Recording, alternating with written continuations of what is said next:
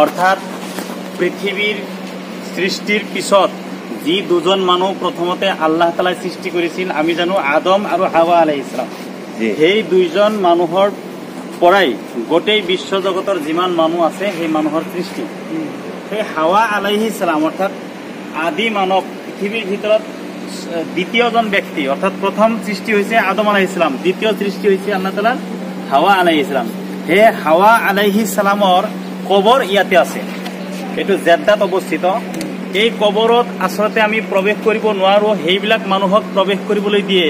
যাৰ আত্মীয় স্বজন ইয়াতে কবৰস্থ আছে তেওঁলোকক কাৰ্ড প্ৰদান কৰা হয় তেনেকুৱা কাৰ্ড যদি আমি দেখাব পাৰো তেতিয়াহে আমাক ভিতৰত যাব দিয়ে নহলে যাব নিদিয়ে যেকেন বাহিৰৰ পৰা দেখা যায়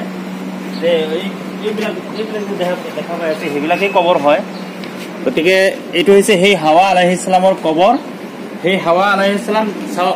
পৃথিবী সৃষ্টিৰ কিমান বছৰ আগত সৃষ্টি হৈছে তাৰ সীমা নাই সেই সৃষ্টিৰ দিনৰে পৰাই ইয়াতে সেই কবৰটো মজুত আছে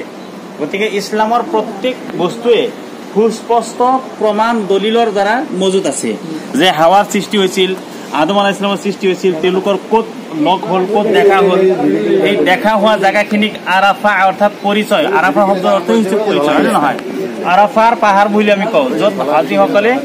9 জিলহজৰ দিনা জোহৰৰ পৰা মাগৰিবলৈকে উকুফ কৰা আমাৰ হজৰ এটা বিধান বা ফৰজ বুলি আমি কওঁ সেই আৰাফাৰ ময়দানত এটা পাহাৰ আছে যি পাহাৰৰ নাম হৈছে জবলে ৰহমত নাইবা জবলে কব বিভিন্ন নাম আছে তাৰে কিন্তু হেতু জবলে ৰহমত বুলি বেছি পৰিচিত হে জবলে ৰহমতত সৰ্বপ্ৰথম কি হয় এই হাৱা আৰু আদমৰ পৃথিবীত অহাৰ পিছত দেখা সাক্ষাৎ হয় বা পৰিচয় হয় এই কাৰণে আৰাফা শব্দটো লগোৱা হৈছে আৰাফা অৰ্থাৎ পৰিচয় হয় কাৰ লগত আদম আৰু হাৱাৰ লগত আৰু সেই হাৱা যেতিয়া মৃত্যুবৰণ কৰে এই কবৰস্থানতে তেখেতক দাফন কৰা হয়।